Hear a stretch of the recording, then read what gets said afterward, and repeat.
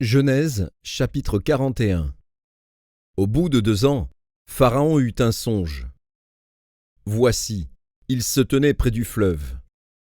Et voici, 7 vaches belles à voir et grasses de chair montèrent hors du fleuve et se mirent à paître dans la prairie.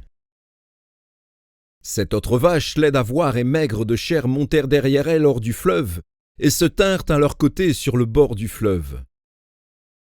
Les vaches laides à voir et maigres de chair mangèrent les 7 vaches belles à voir et grasses de chair. Et Pharaon s'éveilla. Il se rendormit, et il eut un second songe. Voici, 7 épis gras et beaux montèrent sur une même tige. Et 7 épis maigres brûlés par le vent d'Orient poussèrent après eux. Les épis maigres engloutirent les 7 épis gras et pleins. Et Pharaon s'éveilla. Voilà le songe. Le matin, Pharaon eut l'esprit agité, et il fit appeler tous les magiciens et tous les sages de l'Égypte. Il leur raconta ses songes. Mais personne ne put les expliquer à Pharaon. Alors le chef des échansons prit la parole et dit à Pharaon : « Je vais rappeler aujourd'hui le souvenir de ma faute. » Pharaon s'était irrité contre ses serviteurs, et il m'avait fait mettre en prison dans la maison du chef des gardes, moi et le chef des panetiers. Nous eûmes l'un et l'autre un songe dans une même nuit, et chacun de nous reçut une explication en rapport avec le songe qu'il avait eu. Il y avait là avec nous un jeune Hébreu, esclave du chef des gardes. Nous lui racontâmes nos songes, et il nous les expliqua. Les choses sont arrivées selon l'explication qu'il nous avait donnée. Pharaon me rétablit dans ma charge, et il fit pendre le chef des panetiers. Pharaon fit appeler Joseph. On le fit sortir en hâte de prison. Il se rasa, changea de vêtements, et se rendit vers Pharaon. Pharaon dit à Joseph : « J'ai eu un songe. Personne ne peut l'expliquer. Et j'ai appris que tu expliques un songe après l'avoir entendu. » Joseph répondit à Pharaon en disant : « Ce n'est pas moi, c'est Dieu qui donnera une réponse favorable à Pharaon. »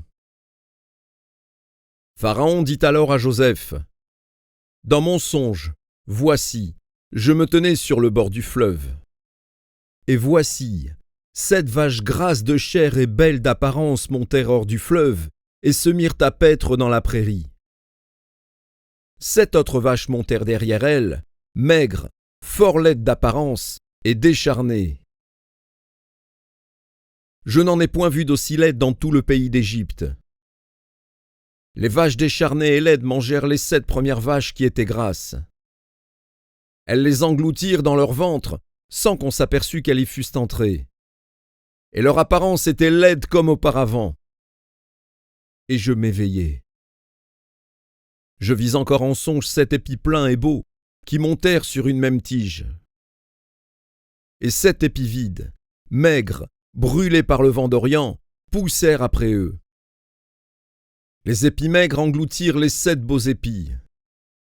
Je l'ai dit aux magiciens, mais personne ne m'a donné l'explication. Joseph dit à Pharaon : « Ce qu'a songé Pharaon est une seule chose. Dieu a fait connaître à Pharaon ce qu'il va faire. Les 7 vaches belles sont 7 années, et les 7 épis beaux sont 7 années. C'est un seul songe. Les 7 vaches décharnées et laides, qui montaient derrière les premières, sont 7 années. Et les 7 épis vides, brûlés par le vent d'Orient, seront 7 années de famine. Ainsi, comme je viens de le dire à Pharaon, Dieu a fait connaître à Pharaon ce qu'il va faire. Voici, il y aura 7 années de grande abondance dans tout le pays d'Égypte. 7 années de famine viendront après elles. Et l'on oubliera toute cette abondance du pays d'Égypte, et la famine consumera le pays. Cette famine qui suivra sera si forte qu'on ne s'apercevra plus de l'abondance dans le pays. Si Pharaon a vu le songe se répéter une seconde fois, c'est que la chose est arrêtée de la part de Dieu et que Dieu se hâtera de l'exécuter.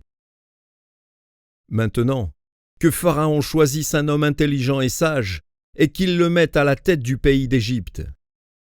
Que Pharaon établisse des commissaires sur le pays pour lever 1/5 des récoltes de l'Égypte pendant les 7 années d'abondance.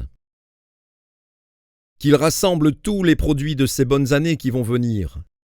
Qu'il fasse, sous l'autorité de Pharaon, des amas de blé, des approvisionnements dans les villes, et qu'il en ait la garde. Ces provisions seront en réserve pour le pays, pour les 7 années de famine qui arriveront dans le pays d'Égypte, afin que le pays ne soit pas consumé par la famine. Ces paroles plurent à Pharaon et à tous ses serviteurs. Et Pharaon dit à ses serviteurs, « Trouverions-nous un homme comme celui-ci, ayant en lui l'Esprit de Dieu ?» Et Pharaon dit à Joseph, « Puisque Dieu t'a fait connaître toutes ces choses, il n'y a personne qui soit aussi intelligent et aussi sage que toi. Je t'établis sur ma maison, et tout mon peuple obéira à tes ordres. Le trône seul m'élèvera au-dessus de toi. » Pharaon dit à Joseph, « Vois, je te donne le commandement de tout le pays d'Égypte. » Pharaon ôta son anneau de la main et le mit à la main de Joseph. Il le revêtit d'habits de fin lin et lui mit un collier d'or au cou. Il le fit monter sur le char qui suivait le sien. Et l'on criait devant lui, « À genoux !» C'est ainsi que Pharaon lui donna le commandement de tout le pays d'Égypte. Il dit encore à Joseph, « Je suis Pharaon, et sans toi personne ne lèvera la main ni le pied dans tout le pays d'Égypte. » Pharaon appela Joseph du nom de Tsafnath Paénéach, et il lui donna pour femme Asnath, fille de Potiphéra, prêtre d'On. Et Joseph partit pour visiter le pays d'Égypte. Joseph était âgé de 30 ans lorsqu'il se présenta devant Pharaon, roi d'Égypte. Et il quitta Pharaon et parcourut tout le pays d'Égypte.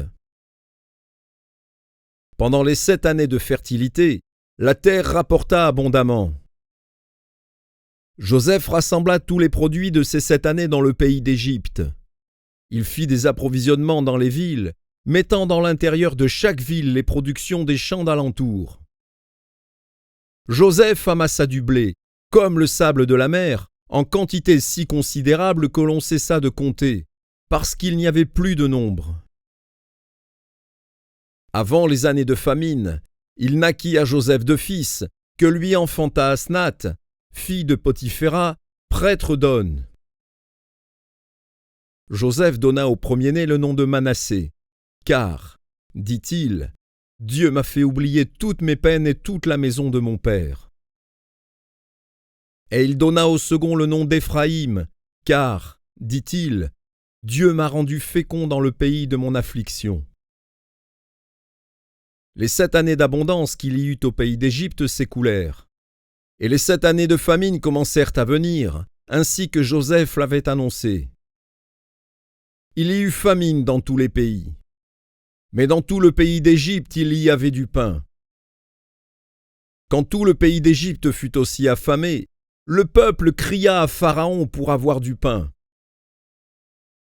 Pharaon dit à tous les Égyptiens, « Allez vers Joseph et faites ce qu'il vous dira. » La famine régnait dans tout le pays. Joseph ouvrit tous les lieux d'approvisionnement et vendit du blé aux Égyptiens. La famine augmentait dans le pays d'Égypte. Et de tous les pays on arrivait en Égypte pour acheter du blé auprès de Joseph, car la famine était forte dans tous les pays.